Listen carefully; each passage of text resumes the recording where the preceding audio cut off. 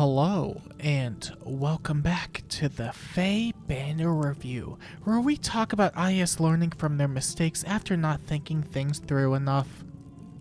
They'll be back to their usual routine in a week or two. Today, we have a brand new Mythic banner featuring the most unpredictable lineup ever. So unpredictable that you couldn't begin to fathom the plethora of options available.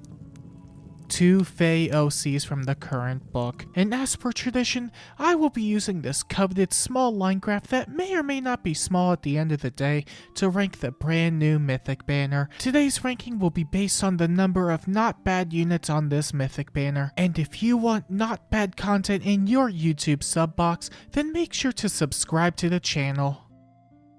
Thanks, I'd really appreciate it.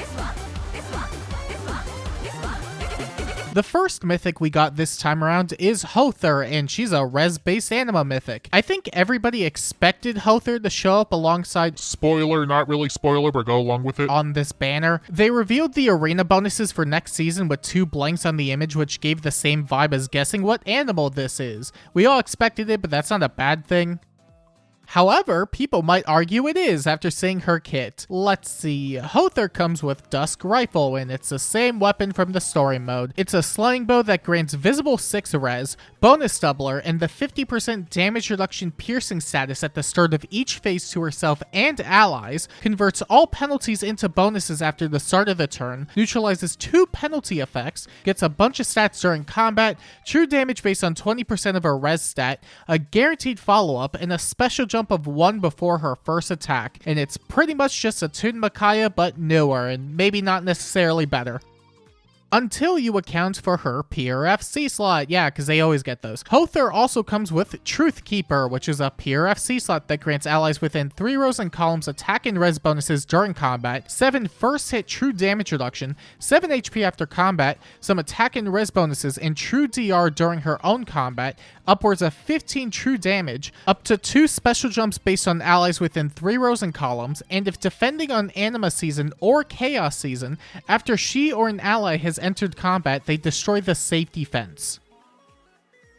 I genuinely did not think they'd actually nerf the safety fence, which has me shocked, especially since they upgraded it at the beginning of the book, which allowed for AZXS offense teams to spawn camp literally every defense team in the entire game. I thought it was just over at that point, but no, they nerfed it, and it's a strangely balanced decision from IS. That doesn't feel right, considering they released, let's see, all of this in the past 5 months alone. But no, this is an actual balance patch, which is so surreal.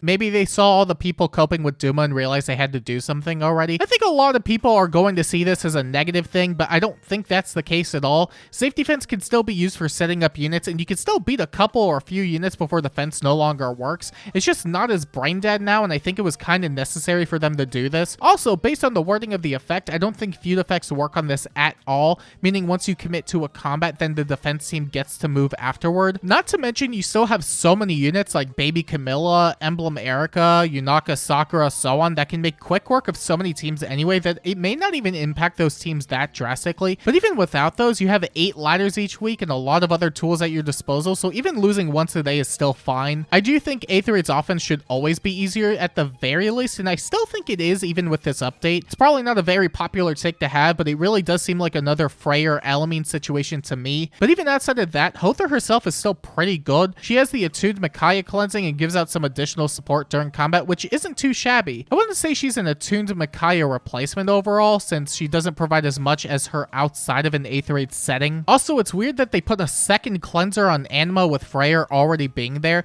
She really could have been a dark mythic instead, but oh well. Not sure if her combat holds any water either, but the support is good enough that I don't think it matters anyway. She just has to sit there and look pretty and maybe win. Maybe. There's a lot of silly stuff in this game still, so who really knows if this will change up that much.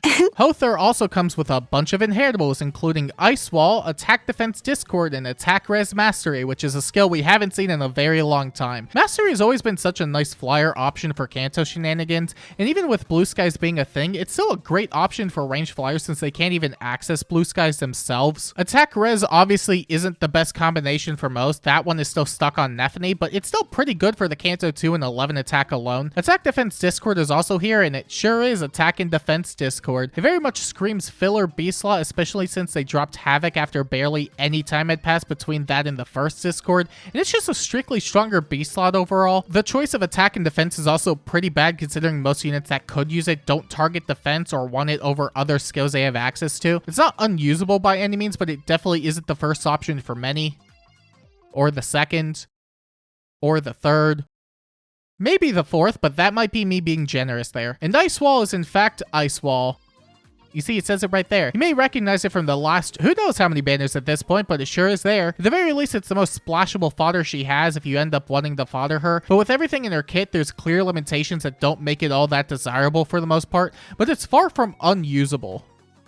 Now, whether you want to use it is another story. I can't imagine the overwhelming response to that would be yes. And other than that, that sure is Hother. If you care enough about Aether Raids, then she's a fantastic pickup because nerfing the safety fence is really good. Also, what's essentially being a mythic version of Attuned Micaiah isn't too bad, even with the Freyr overlap existing. Or you could stick with Duma if there's even a shred of cope left in you. They really power crept this unit after 6 years. Ain't that something? The other mythic we got this time around is none other than Balder, and she's a speed-based dark mythic that's also based on the sun. Oh no, I don't make the rules. Also, fun fact, Balder is now the fastest unit in the entire game to get an alt after her base form since she's getting her Brave version next month. Okay, show of hands, who finds this fact fun? Me, I do, and that's why I shared it. And speaking of sharing, Balder also comes with Sun Sword, and it's the same weapon from the story mode. Where have I seen that one before? It's a sling sword with built-in IH shield, creates a bunch of stats during combat, true damage based on her speed, true damage reduction based on 50% of her speed set if she's fighting a foe that is red, green, or colorless, otherwise it's 20% of her speed set, an additional amount of true damage reduction if the foe triggers a special, and after the start of the turn, she converts all visible bonuses into penalties on the nearest foe and foes within 2 spaces. She also inflicts flame terrain after initiating combat, and I forgot to put that in. My mistake. It's really funny seeing how much true damage reduction she's getting because based on her speed stat and her kit, she's actually getting at least 40-something true damage reduction before any outside support, which can then be doubled if the foe gets a special off, which will probably be a lot more common in practice. Unless the foe is blue, in which case it's not that much. And you guys said the weapon triangle didn't matter. And you'd probably still be right. What does this game come to if this is the norm? And similarly to Hother, Balder also has a pure F skill that inflicts exposure on foes at the start of the turn, inflicts attack speed and defense penalties on the foe during combat, gets additional true damage and true damage reduction, full null follow-up, and potent 100% if the foe has exposure active. Otherwise, it's potent 40%.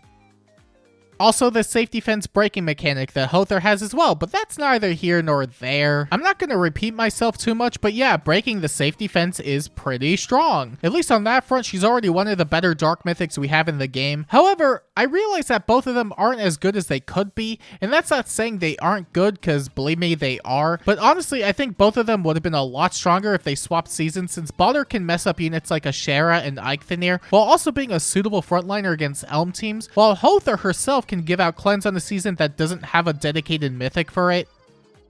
Unless you count Freyr, who's probably the honorary dark mythic of the game to some. Also, the bonus converter that Balder has isn't Panic, so it would get around stuff like Null Panic and pretty much mess up Dualmarth's ability to Vantage.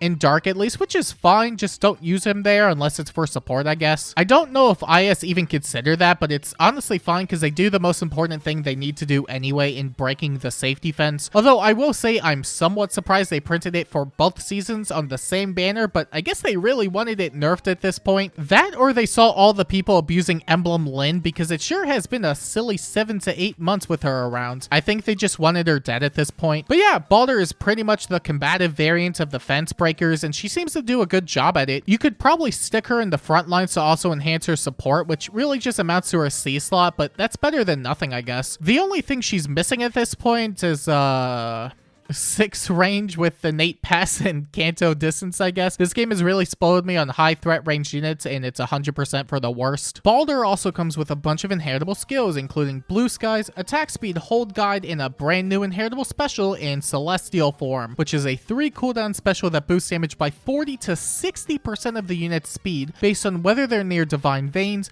defensive terrain, or any difficult or impassable terrain, as well as granting 40% special DR based on the same conditions or meeting a speed check. The special is just Gust for melee flyers, which is honestly fine. It's generally useful, so it won't ever not have a use case somewhere. The only unit that I think would really want it is Baby Camilla because of the extra damage she could get out of it, but it's not like she's really struggling on that front anyway.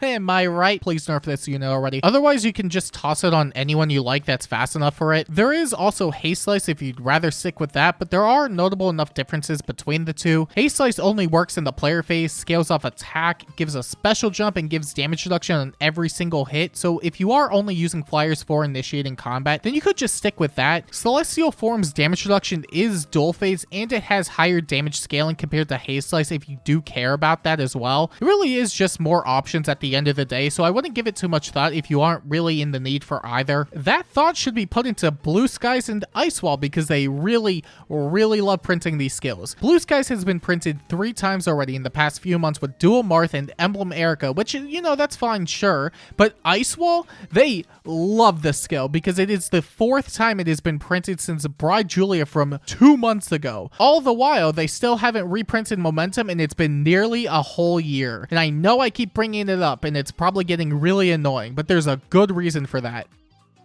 I made Emblem Sigurd and Donkey Kong Bonanza, and I needed an excuse to show it off. Also, I'm gonna go insane if we go a full year without it getting reprinted. I am Sigurd. And other than that, that sure is Balder. Like I said with Hother, if you care enough about Aetherites, then she's a fantastic pickup for essentially the same reasons. Worst case scenario, she has nice fodder that can be passed around to a good amount of melee flyers.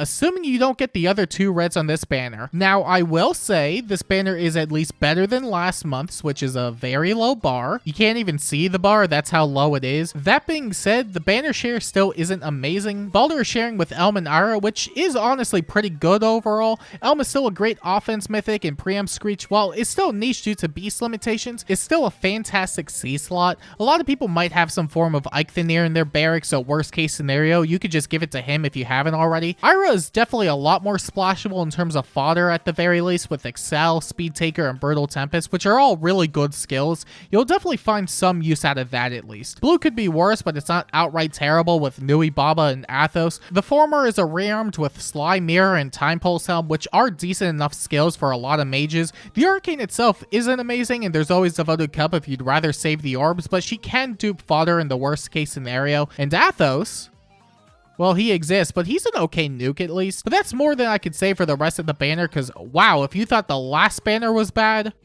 well, it was, but this still isn't good. Green and Colorless have a 1 good unit in Hathorn and Rune, and the best are complete landmines. Outside of Hathorn, you have Robin and Korn, who are both just terrible right now with Lackluster fodder to boot. But Lackluster is better than, something worse than Lackluster. Outside of Rune and Colorless, you have Alir, who has Pledge and Dragon's Roar, which is fine, maybe debatably, not really, it's not. And you have Godo, who has Guard 4, Joint Distant Guard, and Noose 4, and if I end up getting Pity broken by him, then I'm definitely going to be using one of those skills in the immediate future. It's still better than the last end of the month banner, but that doesn't really mean a lot, honestly. Instead of getting an F+, you got a D-. Good job, keep at it, champ. And now that we've gone over the brand new mythic units, I think it's time we rank the banner on the small line graph that may or may not be small at the end of the day. And would you look at that? The brand new mythic banner has earned a 7 out of 10 on the small line graph. What a solid score for a normal ranking criteria on this very normal mythic banner.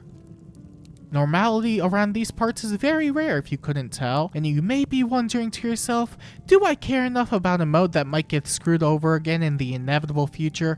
And to that I say, That depends. It's not like there's a whole lot of content in this game right now besides Aether Raids and Summoner Duels, and I know a lot of people really don't care for the latter. However, if you do care about Aether Raids, then Baldur and Hother are really fantastic additions to both Dark and Anima Season. Being able to nerf the safety fence is pretty huge, with the former having pretty stellar combat and the latter being a solid support unit to boot. Not to mention the red share is pretty decent, all things considered, what with Ira and her fodder and Elm and his Elm stuff. Blue could be better, but it's not awful either, since Nui Baba's a rearmed and Athos is a decent enough nuke. That said, there's a very big elephant in the room with the entirety of this banner. Choose Your Legends is about 3 weeks away. These two are very good, but they also don't offer a lot outside of Aether Raids in my opinion, besides Hother to the extent of her being a newer attuned Micaiah if you do care about that. She's not even better, but she is just Micaiah essentially. If that doesn't interest you, then you should just wait for their inevitable reruns later this year, and I can't imagine it will take that long. Choose Your Legends is most likely going to offer a lot more stuff overall, and they should be pretty good at the bare minimum, so I would just wait on Baldur and Hother unless you really care about Aether Raids.